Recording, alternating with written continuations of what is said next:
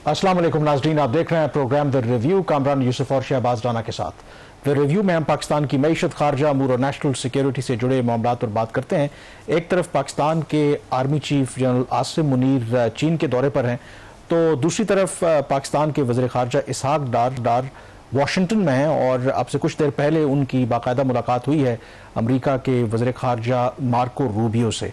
और अगर आप गुज़श्ता चंद सालों में देखें तो ये एक पहली बाकायदा उस तरीके से वाशिंगटन में मुलाकात है दोनों मुल्कों के जो वज़ीर खारजा हैं, और जिससे इस बात का अंदाज़ा होता है कि डिस्पाइट जब प्रेसिडेंट ट्रंप दोबारा सदर मुंतखब हुए थे तो बहुत सी गैर यकीनी की सी सूरत हाल थी कि क्या पाकिस्तान और अमरीका के दरमियान ताल्लुकात में दोबारा बेहतरी आ सकती है। लेकिन गुज़श्ता चंद महीनों की जो डेवलपमेंट सामने आई हैं तो उसमें कम अज़ कम ये ज़रूर लग रहा है कि दोनों मुल्कों के कुछ जो ऐसे इशूज़ हैं जहाँ पर कन्वर्जेंसेस हैं, और अभी भी अमरीका की नज़र में पाकिस्तान के ताल्लुकात की एक ज़रूर अहमियत है। लेकिन अगेन वो किस कदर है, क्या वो लॉन्ग टर्म हो सकती है या सिर्फ शॉर्ट टर्म जो दोनों मुल्कों के दरमियान इस वक्त जो इंटरेस्ट हैं उसकी वजह से ये दोनों करीब आ रहे हैं। और इस मुलाकात में क्या कुछ हुआ है, कुछ तफसीलात तो सामने आई हैं, लेकिन बाकी मेरे ख्याल में उसका इंतज़ार करना पड़ेगा। मजीद जब तफसीलात आएंगी तो कल भी इस पर डिस्कशन करेंगे। But I think more importantly अगर आप इसको ऑप्टिक्स के एतबार से भी देखें, इसमें सिंबलिज्म भी देखें, तो एटलीस्ट एक ये लग रहा है कि किसी तरीके से जो पाकिस्तान की कोशिश है कि पाकिस्तान की नज़र में अमरीका से ताल्लुकात हमारे इंपॉर्टेंट हैं, बट ये जो ताल्लुकात हैं उसमें जो माजी में हमने देखा था कि एक स्ट्रक्चर्ड वे था, यानी कि इंस्टीट्यूशनल जो रिलेशनशिप थे, ये नहीं था कि कभी कभी कोई बातचीत हो जाए। तो पाकिस्तान की एक कोशिश है कि ये जो ताल्लुकात हैं वो स्ट्रक्चर्ड हों और वो जो मैकेनिज्म था पुराना वो रिवाइव हो, तो उसकी तरफ एटलीस्ट एक एफर्ट ज़रूर है और ये मुलाकात उसको रिफ्लेक्ट कर रही है। कामरान, आज से तकरीबन एक साल पहले मैंने एक क्लोज डोर एक ब्रीफिंग सेशन अटेंड किया। एक पाकिस्तान के जो एक one of the top diplomats, उनकी तरफ से एक ब्रीफिंग दी गई थी 2-3 घंटे के ऊपर पाकिस्तान अमेरिका रिलेशंस के ऊपर। तो उसमें जो बॉटम लाइन थी उस वक्त, आज से आप तकरीबन एक साल पहले की बात करें तो सबसे बड़ा एक वहाँ पे कंसर्न ये पाया जाता था फॉरेन ऑफिस के अंदर कि पाकिस्तान को हायर लेवल के ऊपर यूएस एडमिनिस्ट्रेशन में, ओबामा एडमिनिस्ट्रेशन थी या उसके बाद जो बाइडेन एडमिनिस्ट्रेशन है, ट्रंप एडमिनिस्ट्रेशन, हायर लेवल पे जो एक्सेस कभी होती थी वो अब नहीं मिल रही और बड़ी मुश्किल से नेशनल सिक्योरिटी एडवाइजर तक कोई ना कोई इनको रसाई मिलती थी। तो this is a major development. At least एक जो इशू है वो रिजॉल्व हुआ है कि एक इंस्टीट्यूशनल लेवल पे और हायर लेवल के ऊपर दोनों ममालिक के दरमियान जो राब्ते हुए हैं। और उससे जो अगली चीज़ है विच इज़ मोर इंपॉर्टेंट, जिसके ऊपर गालबन फिर हम बाद में डिटेल्स जब मजीद सामने आएंगी तो बात करेंगे कि क्या ये ट्रांजैक्शनल रिलेशनशिप होगा या एक स्ट्रक्चर्ड रिलेशनशिप होगा। अनलाइक इन द पास्ट उस पर दोनों व्यूज़ हैं। अगर कि ट्रांजैक्शनल रिलेशनशिप होने में भी कोई हर्ज नहीं है, अमेरिका के बहुत सारे ममालिक के साथ ट्रांजैक्शनल रिलेशन भी हैं।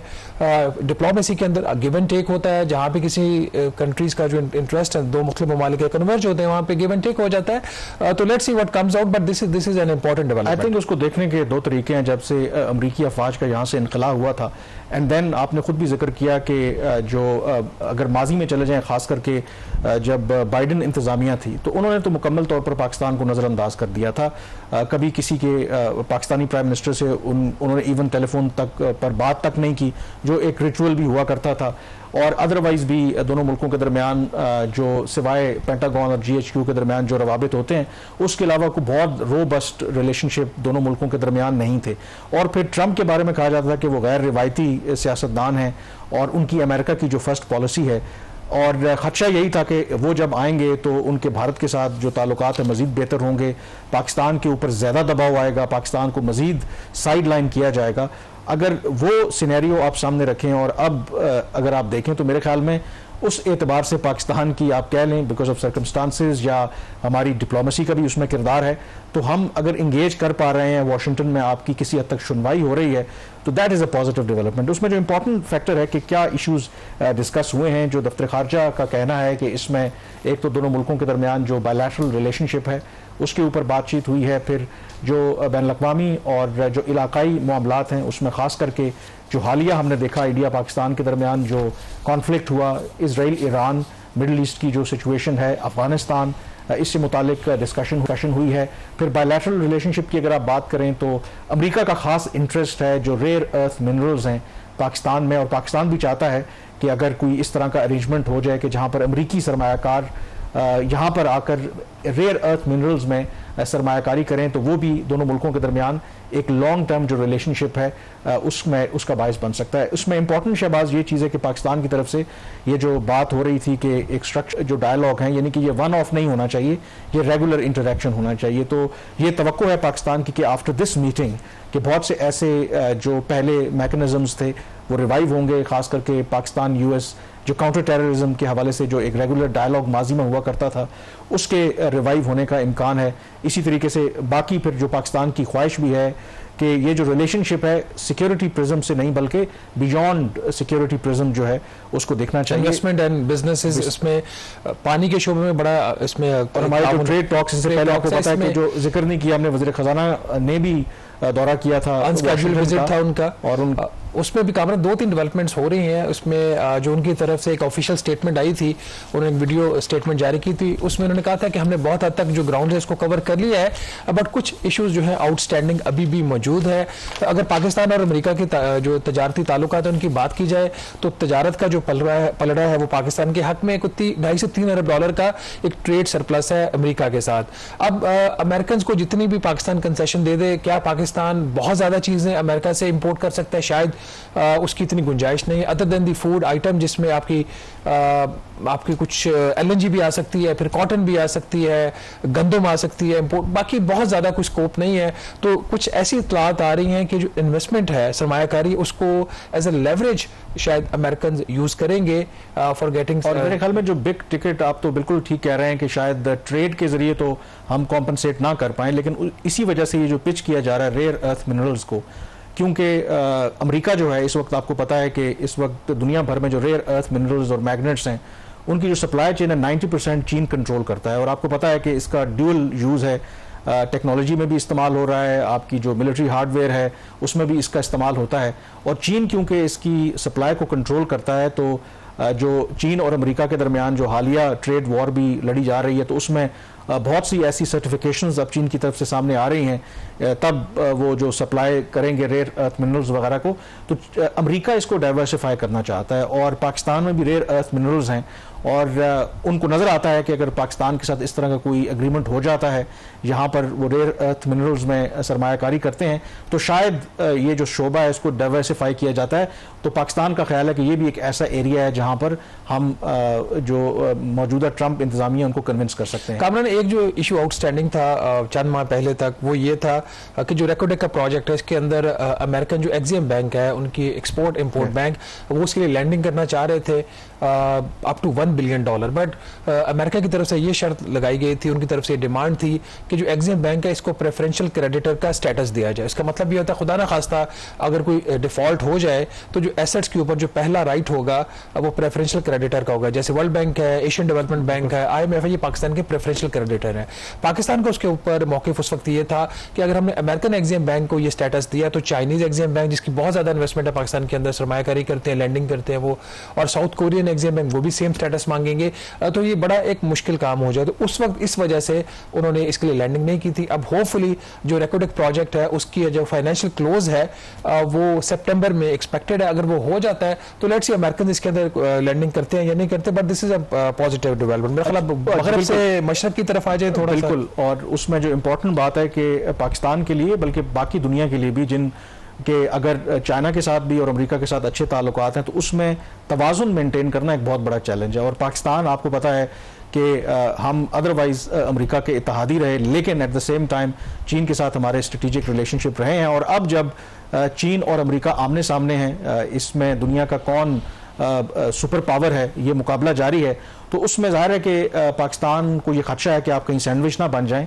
और एक तरफ अगर वज़ीर ख़ारजा जो हैं वो वाशिंगटन में मौजूद हैं, तो आर्मी चीफ वो चीन के दौरे पर हैं और वहाँ पर जो उनकी मुलाकातें हुई हैं बड़ी इंपॉर्टेंट मुलाकातें थी। And more importantly India Pakistan के दरमियान जो जंग हुई, फिर जो वाइट हाउस में जो उनको बुलाया गया, वहाँ पर ट्रंप के साथ उनकी मुलाकात हुई, उसके बाद ये पहला दौरा है पाकिस्तान के आर्मी चीफ का चीन का। और वहाँ पर जो मुलाकातें हैं वो भी गैर मामूली हैं। आमतौर पर जब आर्मी चीफ जाते हैं तो अपने काउंटर पार्ट से मिलते हैं, लेकिन जो बीजिंग में उनकी मुलाकातें, एक तो चीन के वाइस प्रेसिडेंट उनके साथ उनकी मुलाकात हुई है, फिर वैंग ही जो फॉरेन मिनिस्टर हैं चीन के, फिर जो वहाँ की आला फौजी क़यादत है उनके साथ उनकी मुलाकात हुई है। और सबसे पहले जो एलामिया जारी हुआ है चीन की तरफ से जो मुलाकात उनकी चीन के वाइस प्रेसिडेंट से हुई, तो उसमें एज यूजुअल जो गर्मजोशी देखने को मिली, जिसमें उन्होंने कहा है कि चीन और जो पाकिस्तान है उनके जो एक लॉन्ग टर्म रिलेशनशिप है, आयरन ब्रदर हैं, और उन्होंने चीन के जो वाइस प्रेसिडेंट है ये भी कहा है कि दोनों का मुस्तकबिल जो है वो भी मुश्तरका है, यानी कि साझा है। एंड इम्पॉर्टेंटली उन्होंने इस बात का जिक्र किया है कि चाइना पाकिस्तान के साथ क्लोजली मिलकर जो कंसेंसस है दोनों मुल्कों की क़यादत के दरमियान वो आगे बढ़ना चाहता है। इम्पॉर्टेंटली शहबाज, जो वैंग यी के साथ मुलाकात हुई, जो चाइना का रीड आउट है उसमें खासकर सिक्योरिटी का भी जिक्र किया गया है कि चाइना की ये तवक्को है कि जो भी पाकिस्तान ने चीन के जो शहरी हैं, चीन के जो एसेट्स हैं पाकिस्तान में, उनको प्रोटेक्ट करने के लिए इकदाम किए हैं, मजीद भी पाकिस्तान ऐसे इकदाम करता रहेगा। और उन्होंने इस बात पर अगेन जोर दिया है कि यस, जो चीन के लिए पाकिस्तान एक प्रायोरिटी है जो फॉरेन पॉलिसी की बात करते हैं, और जो कोर दोनों मुल्कों के इंटरेस्ट हैं वो दोनों ममालिक जो है एक दूसरे को सपोर्ट करते हैं। तो ओवरऑल जो चीन की तरफ से जो एक फीडबैक भी आ रहा है पॉजिटिव है, और पाकिस्तान को एक वो इम्पोर्टेंट प्लेयर पहले भी देखते थे और अब भी यकीनी तौर पर देखते हैं। कामरान, इनका जो चाइनीज स्टेटमेंट आई है, मेरे लिए जो इसमें एक इम्पॉर्टेंट लाइन है ना, दैट रिफ्लेक्ट्स के जो चाइना की पॉलिसी टुवर्ड्स पाकिस्तान है उसमें कंसिस्टेंसी है, वो सस्टेनेबल है, और वही पॉलिसी है जो पहले चल रही थी, जिसमें अगर इनका जो पैरा 3 है, China is willing to work with Pakistan to implement the important consensus reached between the leaders of the two countries, deepen all-weather friendship, expand all-round cooperation and accelerate the building of a closer China-Pakistan community with a shared future in the new era. ये जो statement है ना, जिसमें Chinese president और पाकिस्तान के prime minister के दरमियान नहीं, जो पहले जो इनका जो लीडरशिप के दरमियान जो कंसेंसस हुआ था वो यही हुआ था कि एक्सपैंड करना है। अब सीपेक जो था बायलैटरल था, फिर इन्होंने ये कहा था कि उसमें बहुत सारी चीजें जो उसमें तय हुई थी उसी चीज को वो लेके आगे चल रहे। CPEC is one corridor. वो कह रहे हैं कि अब ये बाद में जो प्लानिंग मिनिस्टर थे उन्होंने इस चीज को एक्सप्लेन भी किया कि 5 न्यू कॉरिडोर्स के ऊपर जो वो चाइना है वो काम कर रहा है और पाकिस्तान उसमें पार्टनर बनेगा। तो ये उसी तरफ इशारा कर रहे हैं, कोई नई चीज की बात नहीं कर रहे हैं। बट दिस इज इंपॉर्टेंट, अगर ये चीजें हो जाती है तो नेचुरली इसका जो बेनिफिट होगा पाकिस्तान को होगा। इसी स्टेटमेंट के अंदर जो दूसरी जो चीज है जिसका जिक्र आपको याद होगा, जब फॉरेन मिनिस्टर इसाक डार साहब भी गए थे, जो चाइना के 3 ग्लोबल इनिशिएटिव्स हैं जिसमें गालिबन सिक्योरिटी है, डेवलपमेंट और एक तीसरा भी उसके अंदर इनिशिएटिव है। जब डार साहब गए थे तो उन्होंने उसके ऊपर एक प्रोटोकॉल भी, सिक्योरिटी प्रोटोकॉल भी साइन किया था, जिसकी वजह से जो चाइनीज लीडरशिप के कंसर्न्स थे with regards to the security वो काफी हद तक जो है वो एड्रेस हुए थे। तो ये उसमें जो सिक्योरिटी की आप बात कर रहे हैं, जो आई थिंक इसमें मेरे लिए जो इम्पोर्टेंट चीज़ है और जो ISPR की तरफ से स्टेटमेंट सामने आया, क्योंकि एक नुआंस भी होता है, क्योंकि हालिया इंडिया पाकिस्तान के दरमियान जो जंग थी उसमें इसके बारे में बहुत कुछ लिखा गया कि पाकिस्तान ने कैसे जो चीन के लड़ाका तैयारे थे, PL-15 जो मिसाइल थे और बाकी शायद सैटेलाइट के जरिए भी चीन ने जो पाकिस्तान की मदद की, उसने बड़ा क्रिटिकल रोल प्ले किया। लेकिन खतरा अभी टला नहीं है भारत से। अगर आप देखें तो आए रोज ऐसे स्टेटमेंट सामने आते रहते हैं कि ऑपरेशन सिंदूर सो कॉल्ड अभी खत्म नहीं हुआ। तो इस तनाजुर में आई थिंक जो इम्पोर्टेंट बात यहाँ पर की गई है उसमें जो ISPR ये कह रहा है कि these agreements featured comprehensive exchanges on defense and security cooperation, including counter-terrorism collaboration, joint training, defense modernization and enhanced institutional linkages. जो मेरे लिए इसमें important I think aspect है वो है emphasis was placed on improving operational interoperability and strategic coordination to confront hybrid and transnational threats. The Chinese military leadership reiterated full confidence in the strength of the bilateral defense partnership and acknowledged Pakistan's pivotal role in promoting regional peace. अब अगर फौजी इस्तिलाह में, दिफाई इस्तिलाह में ये जो interoperability होती है, इसको अगर आप सादा अल्फाज में मैं बयान करना चाहूँ कि 2 मुल्क हैं, 2 मुल्कों के इदारे हैं, 2 मुल्कों की अफवाज है, वो 2 बेशक मुख्तलिफ ममालिक हैं लेकिन वो एक ही फ्रीक्वेंसी और एक ही सिस्टम के ऊपर ऑपरेट करते हैं। वो बेशक थ्रू जॉइंट एक्सरसाइजेज हो, वो उनकी आपस में इंटेलिजेंस कोऑपरेशन हो, वो आपके जो दिफाई साजो सामान हो, और वो जो आप कह सकते हैं इंटरऑपरेबिलिटी हमें देखने को मिली जब इंडिया पाकिस्तान के दरमियान जंग हुई, और इसमें एम्फेसिस दिया गया है इस एक दफ़ा फिर कि इसको मजीद जो है इम्प्रूव करना है। एंड देन जो हाइब्रिड और ट्रांसनेशनल थ्रेट्स की बात की गई है, यानी कि उसको सी पैक यानी कि चीन को भी खतरा है। जब हाइब्रिड और ट्रांसनेशनल थ्रेट्स का मतलब ये है कि जो beyond Pakistani borders, Chinese borders जो थ्रेट हैं, उसमें नॉन स्टेट एक्टर्स होते हैं, उसमें प्रॉक्सीज हैं, वो BLA कह लें, वो TTP कह लें, हाफिज गुल बहादुर ग्रुप कह लें, ये जो ग्रुप्स हैं इनसे निमटने के लिए भी पाकिस्तान और चीन के दरमियान ये जो क्लोज कोऑपरेशन है, वो सिक्योरिटी के इदारे हों या दिफा के इदारे हों, इसमें क्लोज कोऑर्डिनेशन और कोऑपरेशन की बात की गई है। और मेरे ख्याल में इसमें बड़ा अंडरलाइन मैसेज जो पाकिस्तान और चीन के मुश्तरका एडवर्सरीज हैं, वो नॉन स्टेट एक्टर्स हों या स्टेट एक्टर्स हों, उनके लिए इसमें पैगाम भी है। यहाँ पर ब्रेक लेंगे और ब्रेक के बाद बात करेंगे, क्योंकि ये तो आर्मी चीफ का विजिट हुआ है, पाकिस्तान के प्राइम मिनिस्टर का जो विजिट है वो भी एक्सपेक्टेड है चीन का। और ज़ाहिर है कि डिफेंस कोऑपरेशन की तो हमने बात की है, लेकिन दो मुल्कों के दरमियान जो स्ट्रॉन्ग फाउंडेशन होती है वो इकोनॉमिक और ट्रेड जो रिलेशनशिप है वो भी बहुत मैटर करते हैं। तो ब्रेक के बाद इस पर बात करेंगे कि ये जो प्राइम मिनिस्टर का विजिट है अपकमिंग, वो कितना इंपॉर्टेंट है। सो स्टे विद अस।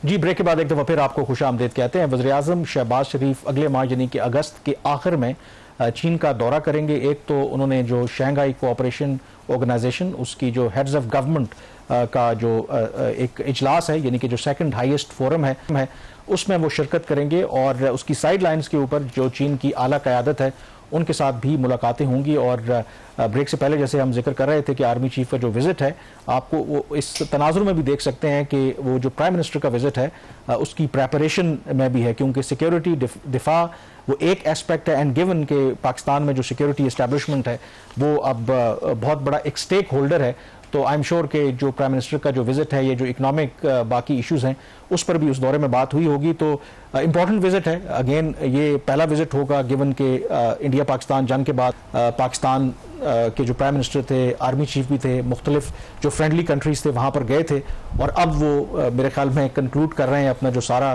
वो चीन जाएंगे। और चीन अगेन इंपॉर्टेंट प्लेयर है।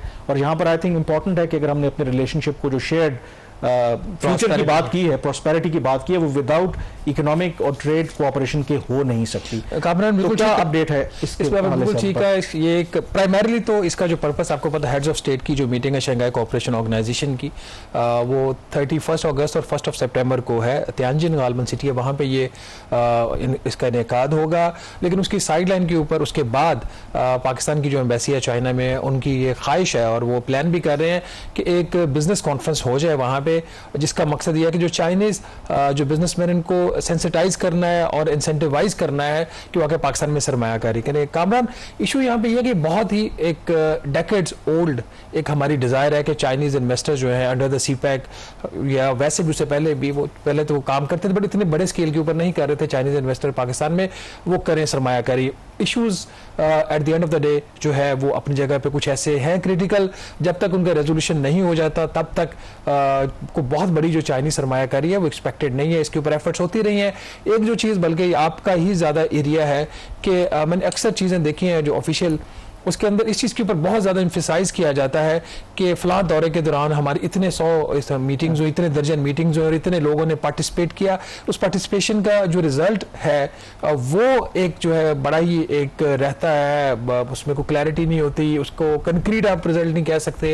यही वजह कि इस दफ़ा जब प्राइम मिनिस्टर जाना चाह रहे हैं तो उससे पहले उन्होंने एक मिनिस्ट्रियल कमेटी जो है उसकी तश्कील है कि ये कमेटी डिसाइड करेगी कि वहाँ पे का एजेंडा क्या होगा। डेफिनेटली उसमें चाइनीज़ जो है कंसेंसस वो भी होगा। अगर इसकी कॉम्पोजिशन देख लो, ये बताता है ये कॉम्पोजिशन कि पाकिस्तान की डिजायर क्या है, और अगर इसके अंदर जो वर्किंग ग्रुप्स भी बने हैं, ये जो कमेटी है मिनिस्ट्री, इसको फेडरल मिनिस्टर फॉर कॉमर्स इसको चेयर कर रहे हैं, को चेयर इसके हैं SAPM ऑन इंडस्ट्रीज वो जो हारून अख्तर खान साहब वो हैं, फिर बोर्ड ऑफ इन्वेस्टमेंट के मिनिस्टर हैं, नेशनल कोऑर्डिनेटर जो SIFC के हैं वो इसके मेंबर हैं, बाकी सेक्रेटरीज हैं मुख्तलिफ, और सेक्रेटरी SIFC इसके मेंबर हैं। इसका मैंडेट एसेंशली यही है कि जो पहले हो चुका है, जो पिछला दौरा था वज़ीर-ए-आज़म पाकिस्तान का पिछले साल, उसमें जो इनके मेमोरेंडम ऑफ अंडरस्टैंडिंग जो मफाहमती याददाश्तें जो है उन पे दस्तखत हुए, उसका आउटकम क्या निकला और कितने उसको जो थे उनको कंक्रीट एग्रीमेंट्स के अंदर जो है वो कन्वर्ट किया गया। एक तो इसका एक मैंडेट ये है। अब अगर इसकी डिटेल्स में बात की जाए, इस मिनिस्ट्रियल कमेटी की जो 2-3 इजलास जो है वो अभी तक हो चुके हैं, उसमें ये चीज़ सामने आई है कि जो पिछला दौरा था वज़ीर-ए-आज़म का, उसमें 150 मफाहमती याददाश्तों पर दस्तखत हुए, तकरीबन 1000 इजलास जो हुए। अब ये जो चीज़ है, फॉरेन ऑफिस जो आपका है वो उसको एज अ प्रोग्रेस उसको करता है, but with in the government prime minister level के ऊपर भी और कैबिनेट मिनिस्टर्स के लेवल के ऊपर भी ये बात अब वाजे है कि जो मुझे ज़राए ने बताया कि प्राइम मिनिस्टर जो है सिर्फ मफाहमती याददाश्तें जो हैं उनके ऊपर वो साइन करने में संजीदा नहीं है, उनकी दिलचस्पी नहीं है। वो ये चाहते हैं कि अगर कोई एग्रीमेंट होता है तो ठीक है, अदरवाइज फिर इसका मकसद क्या है ये सारे जो MOUs हैं। और उसमें आई थिंक जो इम्पोर्टेंट बात है, एक तो ज़ाहिर है कि फर्दर इश्यूज़ के ऊपर भी बात करेंगे, क्योंकि जब दो मुल्क करीब आते हैं और इतनी बड़ी इन्वेस्टमेंट हो तो इश्यूज भी वहाँ पे सामने आते हैं। लेकिन एक जो इशू जिस पर ब्रेक से पहले हमने जिक्र भी किया था, जो सिक्योरिटी वाला है, और उसमें ज़रूर बेहतरी आई है, बट उसमें कंप्लेसेंट आप नहीं हो सकते।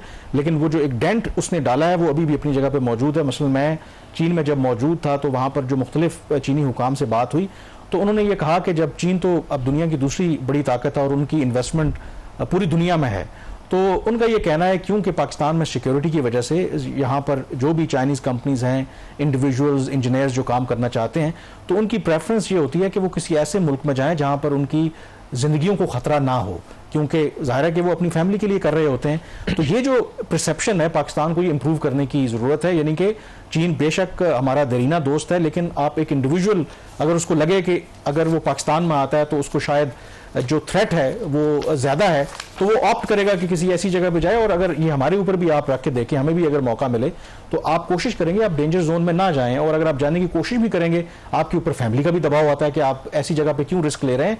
तो इस चीज़ को भी मेरे ख्याल में हम एड्रेस कर रहे हैं, और ये लॉन्ग टर्म कोई ऐसा मैकेनिज्म होना चाहिए ताकि अल्टीमेटली जो इंडिविजुअल्स हैं, कंपनीज हैं, उनका जो कॉन्फिडेंस है वहाँ पर रिस्टोर हो। कामरान देखें, जैसे चाइनीज़ जो कॉन्ट्रैक्टर्स हैं वो दयामिर बादशाह डैम के ऊपर काम कर रहे हैं, इसी तरीके से एक और जो बड़ा डैम है उसके ऊपर वो काम कर रहे हैं। गालिबन मोहम्मद डैम के ऊपर भी चाइनीज़ ही इन्वेस्टर्स वहाँ पे जो कॉन्ट्रैक्टर्स हैं। अब दयामिर बादशाह डैम या जो दूसरे डैम्स वहाँ पे बन रहे हैं, छोटे या बड़े, जहाँ पे भी चाइनीज़ हैं, अब अगर वो काम की स्पीड को बढ़ाना चाहते हैं तो अपनी जो शिफ्ट है उसको डबल करना चाहते हैं। तो डबल शिफ्ट करने के लिए उनको फिर जो रिक्वायर्ड सिक्योरिटी होती है उनको वो नहीं मिलती। तो जब तक सिक्योरिटी एजेंसीज जो है, सिक्योरिटी जो उनको प्रोवाइड करते लॉ इन्फोर्समेंट एजेंसीज, उनको गो हेड नहीं देते, वो सेकंड शिफ्ट नहीं लगा सकते, काम की स्पीड नहीं बढ़ती। फिर आपको पता है कि जो दासू डैम था उसके ऊपर 2 दफ़ा वहाँ पे जो चाइनीज़ इंजीनियर्स थे उनके ऊपर अटैक हुआ, उनकी हलाकतें हुई, तो उसके ऊपर भी एक कंसर्न था। तो उनकी मूवमेंट जो है रोड के ऊपर इतनी बाई रोड प्रेफर नहीं की जाती, बाई एयर प्रेफर की जाती है हेलीकॉप्टर के जरिए। तो ये वो एक हैंडीकैप्स अपनी जगह पे मौजूद है। सिर्फ सिक्योरिटी इशू नहीं है, बाकी भी इशूज, बाकी भी अगर बात कर लें उसके अंदर जो अभी ये जो मीटिंग्स हो रही हैं उसमें ये कहा जा रहा है कि बजाय इसके कि हम नए MOUs करें, हम वहाँ पे बिजनेस कॉन्फ्रेंस करके बताएं कि हम क्या आपसे चाहते हैं, आप उनके जो पहले एग्जिस्टिंग चाइनीज इन्वेस्टर्स हैं उनके जो खदशात हैं उनको एड्रेस करो। क्या है इनकंसिस्टेंसी आपकी इकोनॉमिक पॉलिसीज के अंदर, हर दूसरे दिन, हर साल आपके जो टैक्स के जो कोड्स हैं वो चेंज हो जाते हैं। फिर वो कहते हैं आपके जो एक्सचेंज रेट है उसकी वोलेटिलिटी है, उसमें स्टेबिलिटी नहीं है, कभी बहुत तेजी से ऊपर जाता है, कभी तेजी से नीचे जाता है। पिछला 1 साल जो है ये रुपया स्टेबल रहा है, उसमें फिर थोड़ी सी फ्लक्चुएशन है, ये ग्रे मार्केट दोबारा री एंटर हुई। और अभी आपको पता है इसी हफ्ते जो खबरें आई हैं कि फिर मिलिट्री एस्टेब्लिशमेंट इंटरवीन किया और उन्होंने कहा कि इंसान के बच्चे बनो, ये जो स्पेकुलेटर्स हैं और जो रुपए को वो आप ना उसके साथ छेड़खानी करो। एक नेचुरल जो डेप्रिसिएशन डिवैल्यूएशन होनी होती है वो अपनी जगह पे है, बट ये जो छेड़खानी होती है जहां से उसका बेनिफिट लिया जाता है वो एक इसके अंदर इशू है। फिर अगर उनके मुनाफे जो कमाते हैं, उनकी जो प्रॉफिटेबिलिटी है, तो पाकिस्तान से बाहर लेके जाने में उनको प्रॉब्लम्स हैं। ये वो सारे फैक्टर्स हैं जो इन्वेस्टमेंट्स को हिंडर करते हैं। अब ग्वादर जो है, फॉर एग्जांपल, ग्वादर को कहा जाता है कि ये सर का ताज है सीपेक। अब ग्वादर फ्री जोन के अंदर जो यूज ऑफ फॉरेन करेंसी है, उस वहां पे उनके जो चाइनीज बिजनेसेस होंगे, उनकी जो रिक्वायरमेंट्स है फॉरेन करेंसी की, उसके हवाले से बहुत देर से काम करने की कोशिश कर रहे नहीं हो रही। अब कोई फैसला तो लिया है, एक फैसला शॉर्ट टर्म में लिया है। हमने इस हफ्ते रिपोर्ट भी किया था कि जो ग्वादर फ्री जोन में जो इंडस्ट्रीज लगेंगी चाइनीज इन्वेस्टर्स की और वो वहां से एक्सपोर्ट करेंगी, तो जो एक्सपोर्ट की जो प्रोसीड्स होंगी, जो उनको पैसा मिलेगा रेवेन्यू होगा, उसका आधी जो प्रोसीड्स हैं वो रिटेन कर सकते हैं। तो आधी प्रोसीड्स रिटेन करने का मतलब ये है कि अगर उन्होंने $100 कमाए तो $50 अपने पास रख सकते हैं, उस $50 से फिर अपने वो अखराजात पूरे कर सकते हैं। But this is short term solution. वहां पे बेसिकली वो इसकी फ्रीडम चाह रहे हैं यूज ऑफ फॉरेन करेंसी की उस जोन के अंदर, ताकि उनकी जो रिक्वायरमेंट्स है वहां पे मीट हो सके। तो मेरी एहसन इकबाल साहब से इस हवाले से बात हुई थी, जो प्लानिंग के मिनिस्टर, उन्होंने कहा कि लॉन्ग टर्म सोल्यूशन तो ये है कि लॉज के अंदर जो है अमेंडमेंट्स लानी पड़ेगी। वो कहते हैं जब तक अमेंडमेंट्स नहीं आती तब तक इस तरह का यूज नहीं हो सकता। उसमें नाज़रीन जो फॉरेन एक्सचेंज रेगुलेट जो हमारी एक फॉरेन एक्सचेंज के हवाले से इस्तेमाल के हवाले से एक कानून है, उसमें तब्दीली करनी पड़ेगी। फिर ग्वादर की जो वहां पे एक पोर्ट अथॉरिटी बनी है उसके कानून में तब्दीली करनी पड़ेगी। लेकिन जो वज़ीर-ए-आज़म पाकिस्तान का दौरा होगा चीन का, उसमें जो प्राइमरी गोल ये है कि जो चीन और अमेरिका की टेंशन है, तजारती टेंशन जो है, उसका बेनिफिट पाकिस्तान ले सके, किसी तरीके से चाइनीज इंडस्ट्री पाकिस्तान में आए और फिर यहां से फिर अपनी जो एक्सपोर्ट है वो यूरोप को और अमेरिका को कर सके। पाकिस्तान किन किन जो सेक्टर्स हमको टारगेट कर रहे हैं, उसमें केमिकल्स हैं, petrochemicals, iron and steel, copper, food processing, software development, electric vehicles, इसमें चाइनीज काफी इसमें प्रोग्रेस कर रहे हैं, ऑटो पार्ट्स हैं, सोलर पैनल्स की मैन्युफैक्चरिंग, इस तरह के 10 किस्म के जो सेक्टर्स हैं इसको पाकिस्तान टारगेट कर रहे हैं। लेकिन बॉटम लाइन वही है, और अच्छी बात यह है कि हुकूमत के अंदर ये खुद रियलाइजेशन पैदा हो रही है कि मुफाहमती याददाश्तें साइन करने से, बिजनेस कॉन्फ्रेंस करने से, पिच बुक तैयार करने से शायद आपके मसले ना हो, मसले हल होंगे। आपका फॉरेन इन्वेस्टर आएगा जब आप उनको सही मानों में फैसिलिटेट करें। ब्रेक लेंगे और ब्रेक के बाद जब वापस आएंगे तो बात करेंगे हुकूमती एक ऐसे दावे की, क्या वो दावा हकीकत भी है या नहीं, या सिर्फ ये दावा किसी ऐसी वजह से किया गया ताकि पॉलिटिकल जो प्रेशर गवर्नमेंट के ऊपर आता है वो ना है। इस पर बात करेंगे छोटी सी ब्रेक के बाद।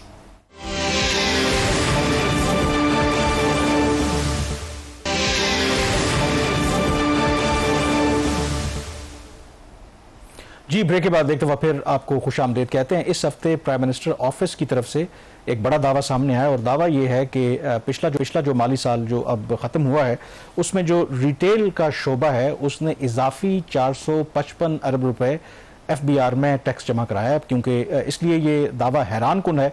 हम अपने इस प्रोग्राम में भी और शहबाज भी कई मरतबा ये डिस्कस करते रहे हैं कि कैसे एक तरफ जो अरबों खरबों का ये रिटेल सेक्टर कारोबार करता है वो कितना टैक्स अदा करता है, और दूसरी तरफ जो तनख्वाहदार तबका है अगर आप उसकी बात करें तो उस पर टैक्सों का कितना बोझ है। तो ये जो दावा सामने आया है, क्योंकि ब्रेक से पहले भी आप जिस तरीके से एक कनिंग स्माइल दे रहे तो मुझे शायद लगा कि ये सिर्फ दावा ही है, इसमें जो ग्राउंड रियलिटी है कुछ डिफरेंट है।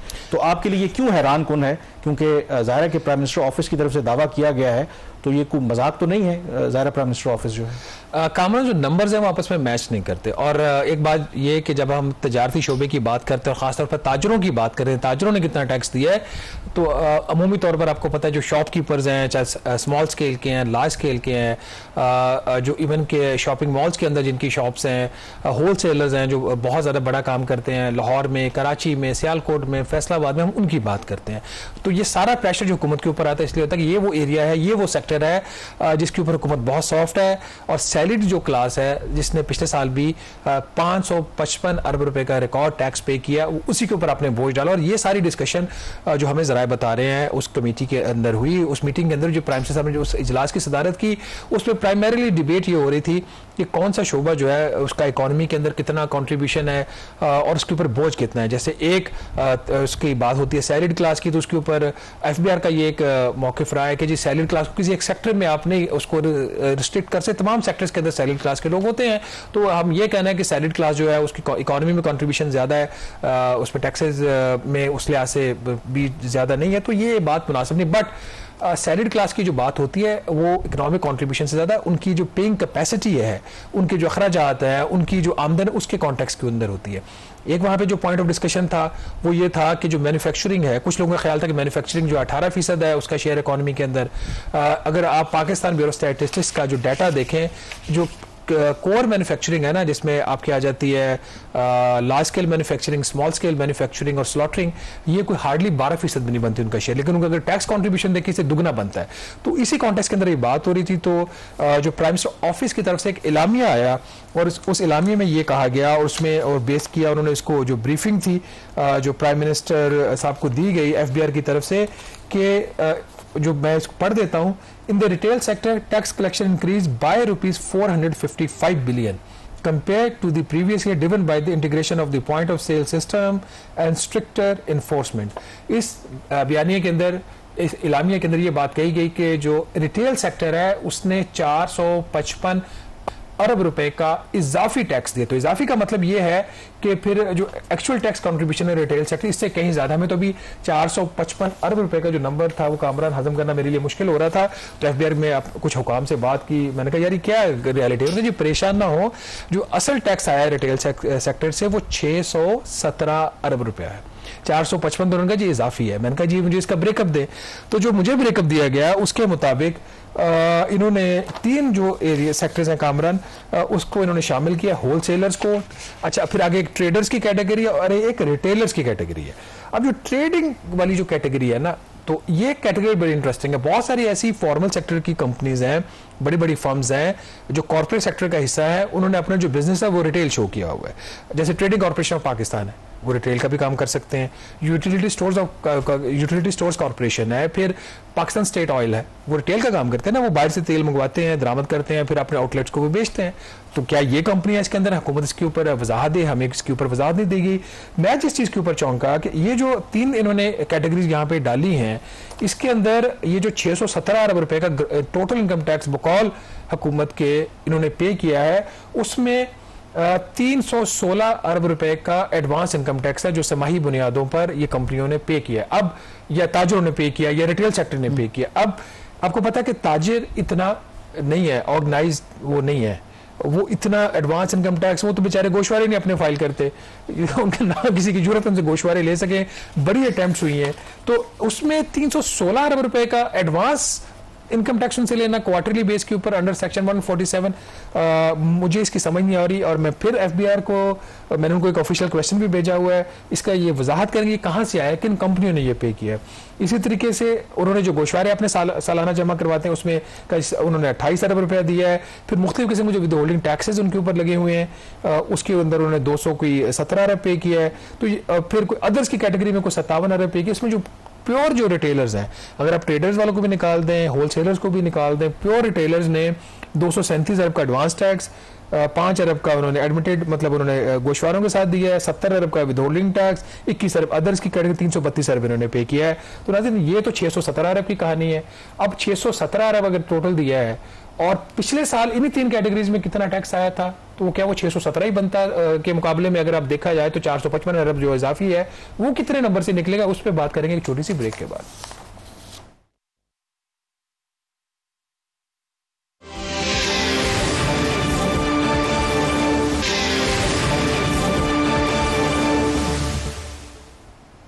जी ब्रेक के बाद एक दफ़ा फिर आपको खुशामदीद कहते हैं। वज़ीर-ए-आज़म ऑफिस के उस दावे से मुतालिक हम बात कर रहे हैं कि पिछले माली साल जो रिटेल सेक्टर है उन्होंने 455 अरब रुपए इजाफी टैक्स जमा कराया है। तो शहबाज, ब्रेक से पहले आप जिक्र कर रहे थे और शकूक व शुबा इज़हार कर रहे थे कि शायद जो रिटेल सेक्टर की डेफिनेशन है इसमें थोड़ा सा FBR ने कोई रद्द-बदल की है।